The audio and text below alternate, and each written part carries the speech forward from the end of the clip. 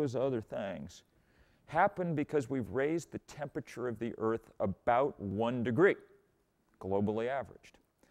The scientists make it very, very clear that unless we get our act together with enormous speed, much faster than at the moment economic and political systems are moving, that we will see a temperature increase of 4 or 5 degrees in the course of this century.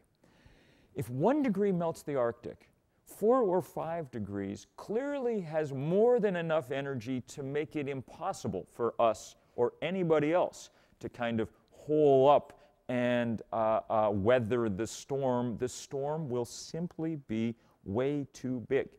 You can be the best organic local farmer in the history of the earth with everything going right, with draft animals and drip irrigation and air. You know how to do if it does not rain for 30 days, or if it rains every day for 30 days, then you're out of luck. And that's the kind of world that we are very quickly building.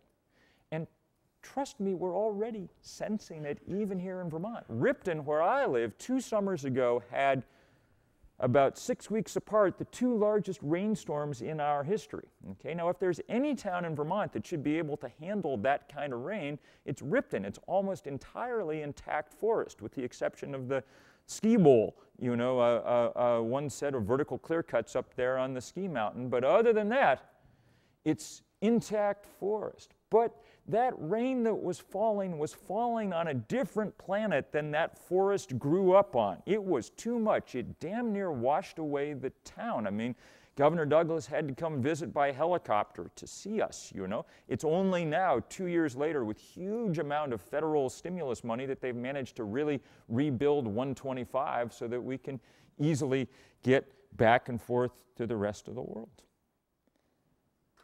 I guess what I'm trying to say is, we need to really, really, really figure out quickly how to deal with climate change on a mass global scale, or the wonderful conversation that's been going on here for 40 years and that is finally beginning to bear fruit in a kind of national scale. That conversation is going to sort of grind to a halt, because all we're going to be doing is dealing with emergencies, one after another, year after year after year. The dream of rebuilding and building out this beautiful continent, this beautiful state, and all that can happen, and that dream will begin to just kind of drown in the same sea of trouble that's afflicting people in Pakistan or any place else this year.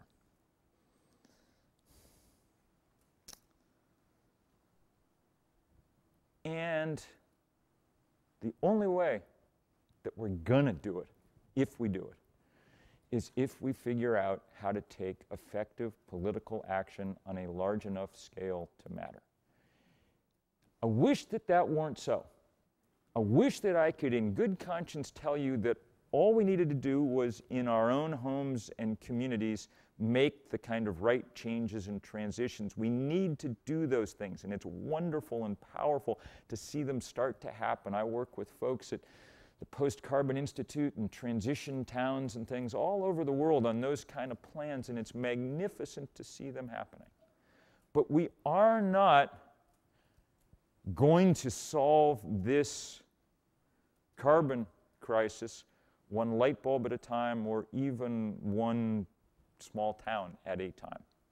The math doesn't work. We are dancing to a tune played by physics and by chemistry at this point. And what they make clear is that we need action on an enormous scale with enormous speed. We're not getting that action yet, and we need to understand why. The reason that we're not getting that action yet is because there are very powerful forces in this planet who do not want it to happen. People whose business model depends on the world continuing to work the way it does right now. The most profitable and powerful business that the Earth's ever seen is the discovery, refinement, and combustion of fossil fuel. ExxonMobil made more money last year than any company in the history of money, okay? ADM and Cargill made more money than any farmer had ever dreamed of making.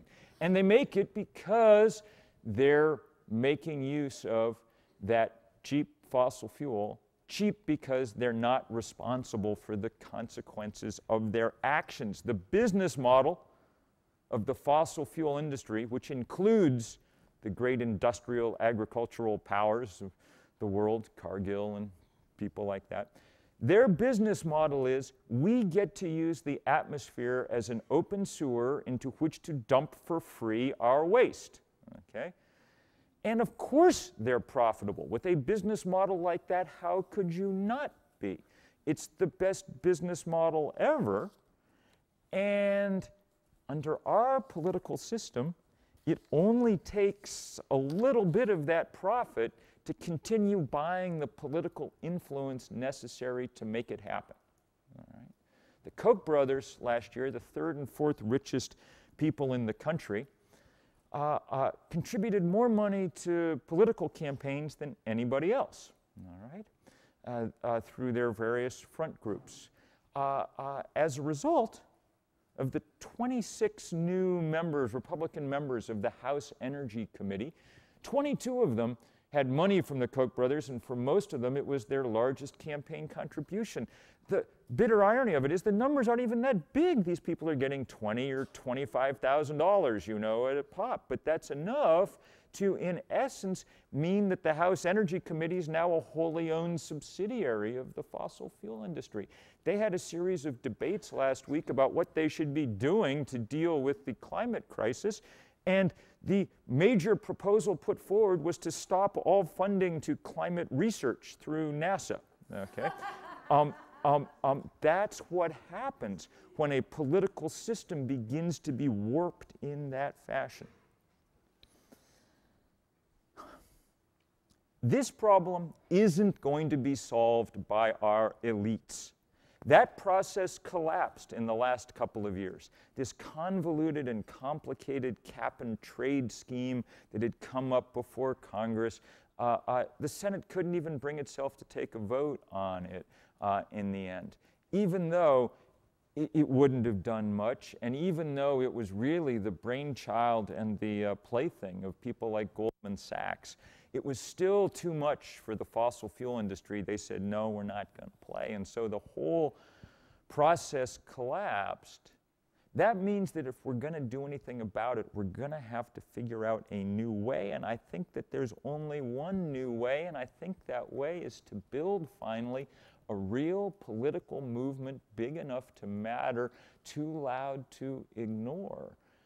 That's what we're starting to try to do. In fact, we started here in Vermont 5 years ago, and there are people in this room who helped us with this march up the western edge of Vermont from Addison County, from Robert Frost's old summer riding cabin up to the Battery, sort of 5-day march where we slept in fields at night and things, and we got here to Burlington and there were 1,000 people marching, which, as you know, for Vermont is a large number of people.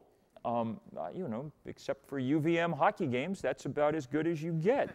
Thunder Road, maybe, but the NOFA conference comes close, But it was enough to get everybody come talk with us, everybody running for office, and not just, it was a great scene. We were coming into town, and Bernie, who was running for Senate at the time, was as happy as I've ever seen him because he's a born organizer. He was just jumping up and down. This is so great. See all these people, haven't seen anything like this since the 60s. This is so great. What's this about again?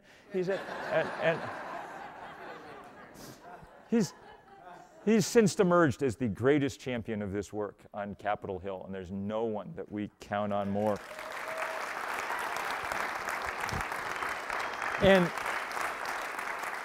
And it must be said that exactly the same thing is true of Peter Welch in the House. There's no one who's working harder on the energy issues going. But what was weird about that day with that 1,000 people was to open the Free Press the next morning and read this story that said that was probably the largest gathering, the largest climate protest that had yet taken place in the United States. When we saw that, I thought, well, no wonder we're losing, you know? We have most of what you need for a movement. We've got kind of the superstructure. We've got Al Gore, we've got scientists, we've got policy people, we've got engineers, we've got economists. The only part of the movement we forgot was the movement part. There's nothing there. And we started trying to build it. And when I say we, I mean me originally and 7 undergraduates at Middlebury, where I teach. And we started this outfit called 350.org, drawing its name from what scientists tell us is the most carbon we can safely have in the atmosphere, 350 parts per million CO2, a wonky scientific data point, not what you would think to organize a campaign around, except that we knew we needed to work globally. And the one great advantage of Arabic numerals is they translate across linguistic boundaries, you know. And what do you know? It turned out that around the world, we found lots of people who were able to understand quite easily what we were talking about, that we were already had too much carbon in the atmosphere, because right now outside here in Burlington and in Buenos Aires and in every other place on Earth, the atmosphere is about 390 parts per million CO2. We're way too high already and going up, and that's why the Arctic is melting. And we asked everybody, we tried to see if we could do this mass movement, you know. We divided up the continent. Each one of those 7 kids took a continent and set to work, you know. The one who got the Antarctic also had to do the internet because it's kind of its own continent, you know. And off we went to work. And in October of 2009, with the help of many people in this room, we had the first kind of day of action. And we didn't know how it was going to go.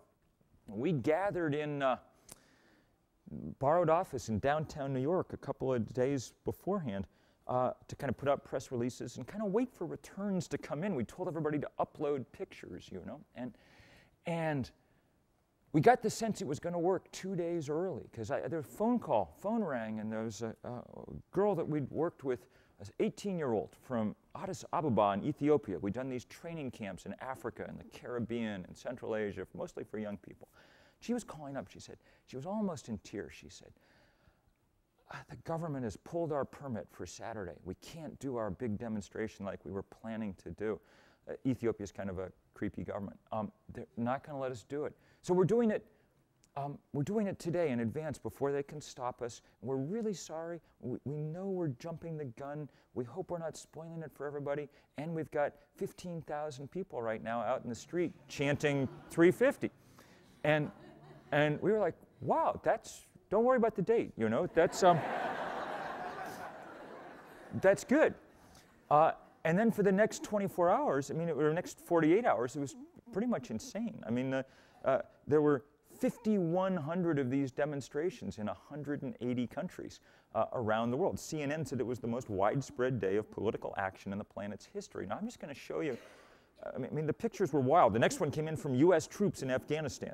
350 with sandbags. They were parking our Humvee for the weekend and walking, you know. Every place around the world. But as I just flip through these pictures fast, the main thing I want you to see is what your colleagues look like around the world. Because one of the things you sometimes hear, maybe a little less often now, but still pretty often, is that environmentalism and organic food and all of that is a luxury for rich white people who have taken care of their other problems. And it turns out that that could not be further from the truth. Almost everyone that we work with around the world is poor, black, brown, Asian, young, because that's what almost the whole world is, you know? And so the pictures are just, there's 15,000 of these in our Flickr account. Some of them we don't even know where they're from, but they're truly amazing. And I mean, those guys didn't have a digital camera. They developed it in a kind of home darkroom. It didn't come out, so they had to write in what their banner said, you know? But there they were, someplace fishermen on the Congo River, someplace near Kinshasa, and somehow they'd gotten the T-shirt, you know? I mean, it was all amazing. Place after place after place around the world. People very creative and good people everywhere figuring out how to, people of great, I mean, that's